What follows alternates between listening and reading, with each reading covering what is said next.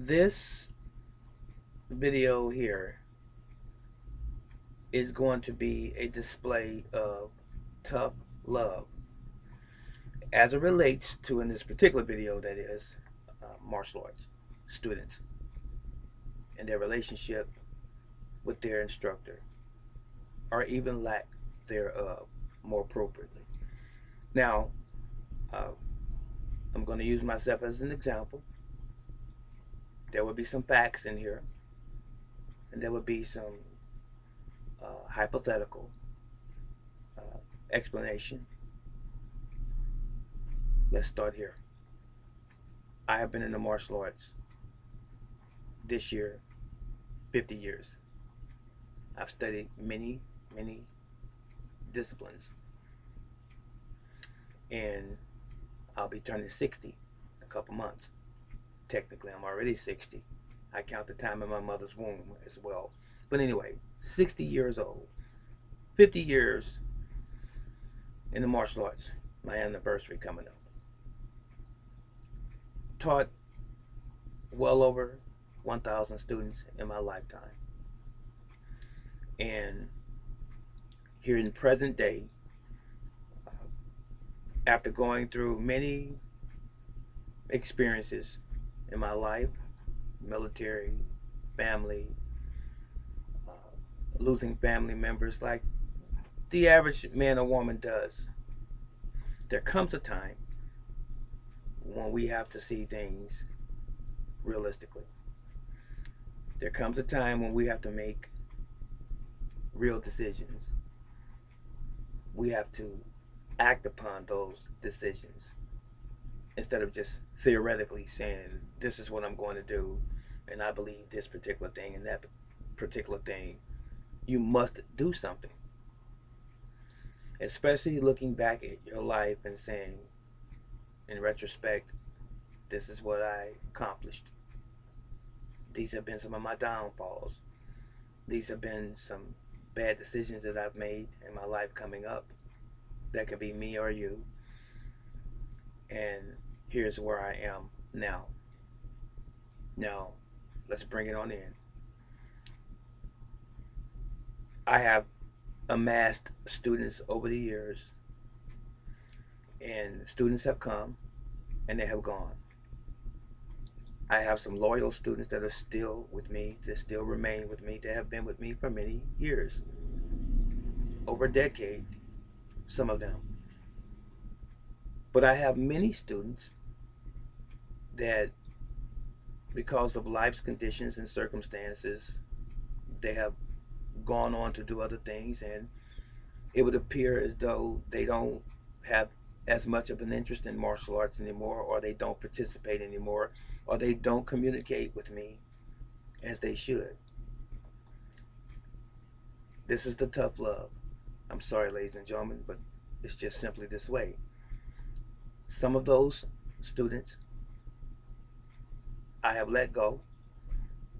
Some of them I'm about to let go as I'm speaking to you. Basically, I have already done that, but I'm just saying. And the reason is because this: martial arts to me is my way of life. It's supposed to be a way of life. However, there are people who come through your doors over time. They don't know what they're looking for. They come for self-defense, to develop discipline, physical conditioning, and so forth, and even just simply to learn martial arts, and even to be in a family type of environment, to have someone over them who has accomplished certain things as it relates to martial arts, to have that mentor. But there are people who come through your doors that fall off, they leave early. After they receive their black belt, they're gone. After they have accomplished a certain, I guess, a personal goal, they leave. They have family issues, they leave. They move out of town, and they become less active and disconnected with you, intentionally and sometimes indirectly. But my point is this: As it relates to martial arts in the true sense, you never dismiss your instructor. You never leave your instructor. He or she is an extended family member. And that's how I view my students. My students are my extended family. It's always been that way. That's the way I was taught, and that's what I believe. Even if the people who were giving this as an example when I was coming up said that we're all family, even if they didn't mean it, I meant it. And this is at the core of martial arts, that family unit. As I said before, students will come and they will go. And the ones that go oftentimes were never intended to be there in the first place. They were just searching, trying to find themselves. And obviously it wasn't in the martial arts. So they went on to do other things. They let their bodies go. They didn't pursue their training and a plethora of other reasons. But anyway, here's where the rubber meets the road.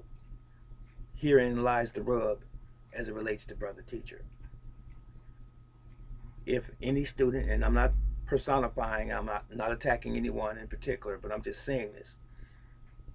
If any student is inactive and they know where I live, they know where I teach, they know where my personal business is, they have my phone number, my social information, they can contact me.